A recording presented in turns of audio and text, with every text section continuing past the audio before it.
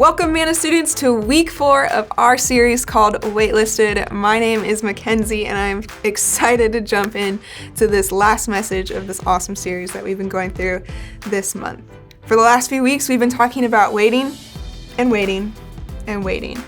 We've talked about waiting during really difficult periods, and we said about that God has a plan, but we might have to wait for it. We've said that while we're waiting, God is faithful. And we've also said that while you're waiting, God is listening. But let's be honest, sometimes when we've been waiting and waiting and waiting, we just get tired. Sometimes it feels like everyone is against us, like we're trying so hard to hold on to some really heavy things and no one is offering to help. Sometimes we want to give up. There are so many reasons why we might want to give up hope. Maybe you've been trying so hard, but nothing seems to change. Maybe you've tried to make wise choices, but the people around you don't seem to support them. Maybe your family is a mess and it doesn't seem to be getting any better. Especially when we feel alone, unsupported, or even abandoned by others, it's not always easy to believe that we can keep going when we've already spent so much time on waiting. There's someone in Scripture who understands this. His name is Joseph, and he's a pretty important figure in the Old Testament of the Bible. Joseph was his dad's favorite son. Jacob loved Joseph so much that he gave him a special coat and special treatment. You can imagine how awkward that must be between Joseph and his brothers.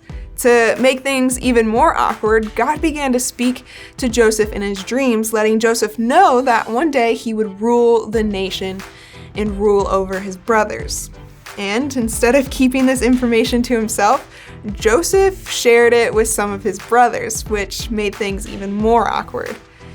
Instead of taking the hint that his brothers didn't appreciate being told that Joseph would one day be their boss, Joseph continued telling his brothers about these visions from God.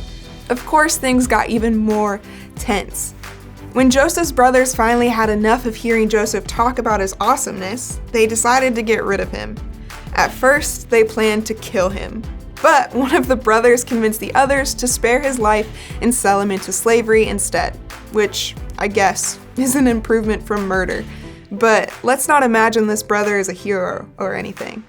So he is sold into slavery and he gets taken to Egypt. There, Joseph begins working for a guy named Potiphar, which working for Potiphar isn't that bad, but an issue does arise when Potiphar's wife tries to trick Joseph into being unfaithful to her husband. She found Joseph attractive and she wanted to smooch him. Joseph fled the house knowing that would be a sin, but Potiphar's wife lied and told her husband that Joseph had tried to attack and rape her to get Joseph in trouble. Because of this lie, Joseph was thrown in prison. Imagine how hard that must have been.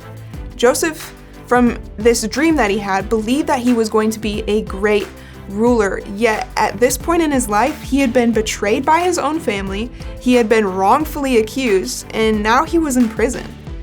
But here's what Genesis 39:20-23 says. But while Joseph was there in the prison, the Lord was with him. He showed him kindness and granted him favor in the eyes of the prison warden. So the warden put Joseph in charge of all those held in the prison, and he was made responsible for all that was done there. The warden paid no attention to anything under Joseph's care because the Lord was with Joseph and gave him success in whatever he did. Joseph continued to live in that prison for years, forgotten by Pharaoh and his family. Joseph even had a chance to be freed, but his opportunity was lost when, once again, he was forgotten.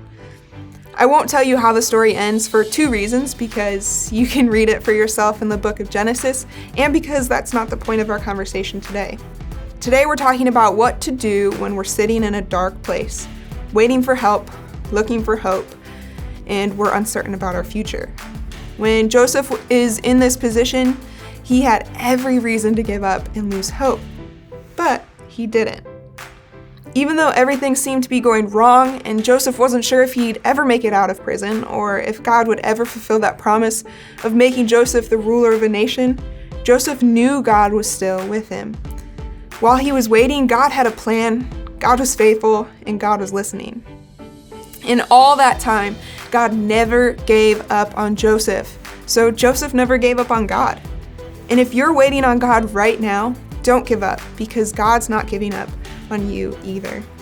You might be thinking, this sounds good, but how? How do I not give up? How do I find hope when things feel hopeless? How do I hang on when I feel like I'm all alone? Well, I'm going to give you 5 ideas. When you're in that space, think on these 5 ideas. The very first one is to talk to God, and don't stop.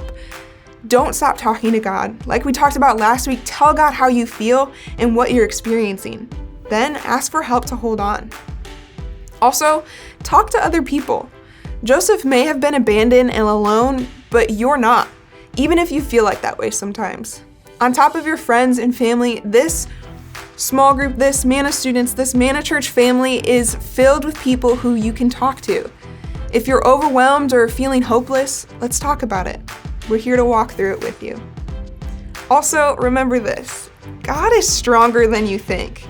When Joseph is in that well, he never could have guessed the opportunities God would give him in Egypt. When he was in prison, he had no idea what God had in store for his future. When he was betrayed by his brothers, he couldn't have anticipated the way that God would one day restore their relationship. God did all of those things and more. And that's the same God who's telling you right now not to give up. God is stronger than you think. And on top of that, remember that you're stronger than you think. You're made in the image of God. You're wonderfully created by a creator who designed you on purpose. You are strong, capable, and resilient. And when your strength fails you, and sometimes it will, remember that in your weakness, God is strong on your behalf. And lastly, choose hope. Hope isn't just something that happens to us. In many ways, it's something we can choose. We can choose. We choose hope when we fill our minds with what's good and what's true. We choose hope when we choose to talk about our struggles rather than trying to handle them alone. And we choose hope when we tell God how much we need help. We choose hope when we decide not to give up no matter what. Manna students, our prayer for you is that you would not give up, that you would put your hope in God, and we're here to walk alongside you. And how to do that, we're here to walk alongside you in praying into that. So we want to do that. We're going to break up into our small groups, and we're going to talk about this further through our small group questions. If you're watching online, you can go ahead below in the description and find those small group questions there. And of course, we are always here if you need anything. We'll see you next month.